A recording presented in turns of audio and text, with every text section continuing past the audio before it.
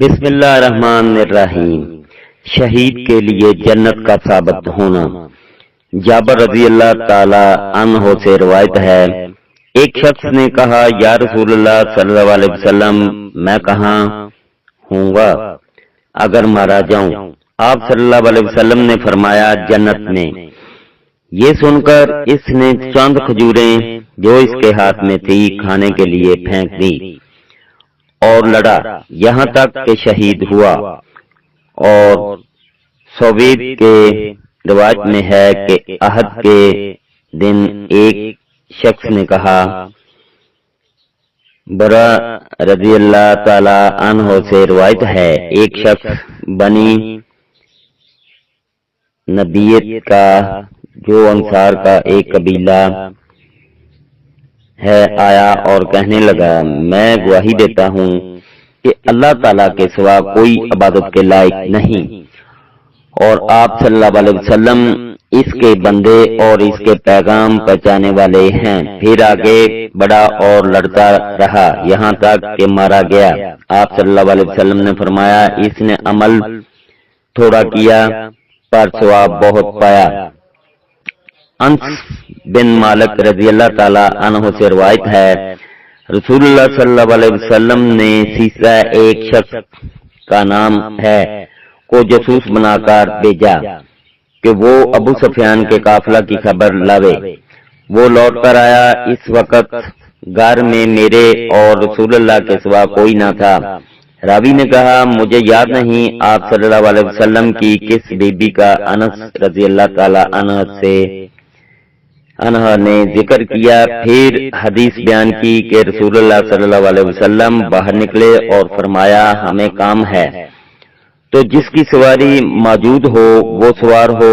ہمارے ساتھ یہ سن کر چند آدمی آپ صلی اللہ علیہ وسلم سے اجازت مانگنے لگے اپنی سواریوں میں جانے کی جو مدینہ منورہ کی بلندی میں تھی۔ آپ صلی اللہ علیہ وسلم نے فرمایا، نہیں، صرف وہ لوگ جامیں جن کی سواریاں موجود ہوں۔ آخر آپ صلی اللہ علیہ وسلم چلے اپنے اصحاب کے ساتھ یہاں تک کہ مشرکین سے پہلے بدر میں پہنچے اور مشرک بھی آ گئے۔ آپ صلی اللہ علیہ وسلم نے فرمایا، تم میں سے کوئی کسی چیز کی طرف نہ بڑھے جب تک میں اس کے آگے نہ ہوں۔ پھر مشرک قریب پہنچے۔ رسول اللہ صلی اللہ علیہ وسلم نے فرمایا، اٹھو جنت میں جانے کے لیے جس کی چوڑائی تمام آسمانوں اور زمین کے برابر ہے۔ عمیر انصاری رضی اللہ تعالی عنہ بن امام انصاری نے کہا، یا رسول اللہ، جنت کی چوڑائی آسمانوں اور زمین کے برابر ہے۔ آپ صلی اللہ علیہ وسلم نے فرمایا، ہاں۔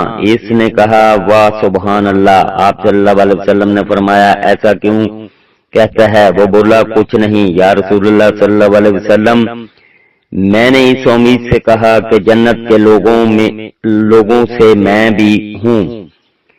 آپ صلی اللہ علیہ وسلم نے فرمایا، تو جنت والوں میں سے ہے۔ یہ سن کر اس نے چند کھجوریں اپنے ترکش سے نکالیں اور ان کو کھانے لگا۔ پھر بولا، اگر میں یوں اپنے کھجوریں کھانے تک تو بڑی لمبی زندگی ہو۔ اور جتنی کھجوریں باقی تھیں وہ پھینک دی اور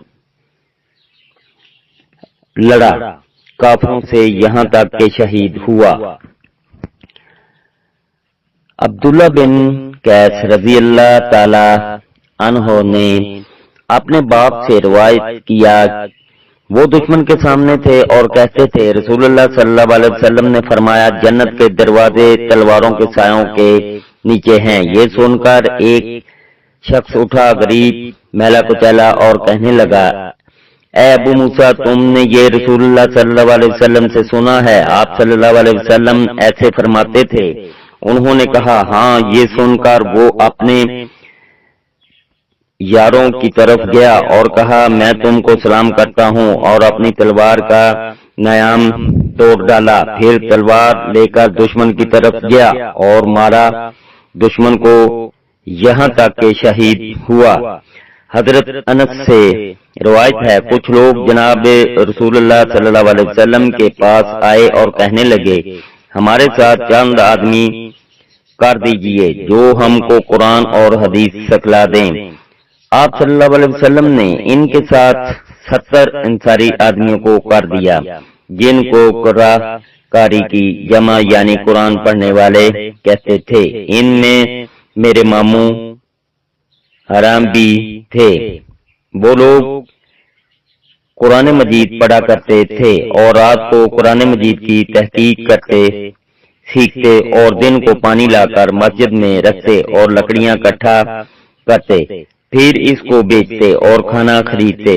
صفا والوں اور فقیروں کے لیے صفا مسجد میں ایک مقام تھا پٹا ہوا، اس میں 70 آدمی رہتے تھے جو محض بے معاش اور متوکل تھے۔ رسول اللہ نے ان لوگوں کو ان کے ساتھ بھیج دیا۔ انہوں نے راستہ میں ان کا مقابلہ کیا اور ان کو قتل کیا، یعنی ان لوگوں کو جن حضرات نے ساتھ کر دیا تھا۔ اپنے ٹھکانے پر پہنچنے سے پہلے انہوں نے مرتے وقت کہا، یا اللہ ہمارے نبی کو پہنچا دے کہ ہم تجھ سے مل گئے اور راضی ہیں تجھ سے اور تو ہم سے راضی ہے۔ ایک شخص کافروں میں سے حرام کے پاس آیا جو ماموں تھے انس بن مالک اور برچہ مارا ان کے ایسا کہ پار ہو گیا۔ حرام نے کہا میں مراد کو پہنچ گیا، قسم ہے کعبہ کے مالک کی۔ رسول اللہ صلی اللہ علیہ وسلم نے اپنے صاحب سے فرمایا تمہارے بھائی مارے گئے، اور انہوں نے یہ کہا کہ یا اللہ ہمارے نبی کو خبر کر دے کہ ہم تجھ سے مل گئے اور تجھ سے راضی ہیں اور تو ہم سے راضی ہے۔ یہ خبر جبرائیل نے رسول اللہ کو پہنچائی اور آپ صلی اللہ علیہ وسلم نے صحابہ کو خبر دی۔ انس نے کہا میرے چچا جن کے نام پر میرا نام رکھا گیا یعنی ان کا نام بھی انس تھا، رسول اللہ صلی اللہ علیہ وسلم کے ساتھ بدر کی لڑائی میں شریک نہیں ہوئے۔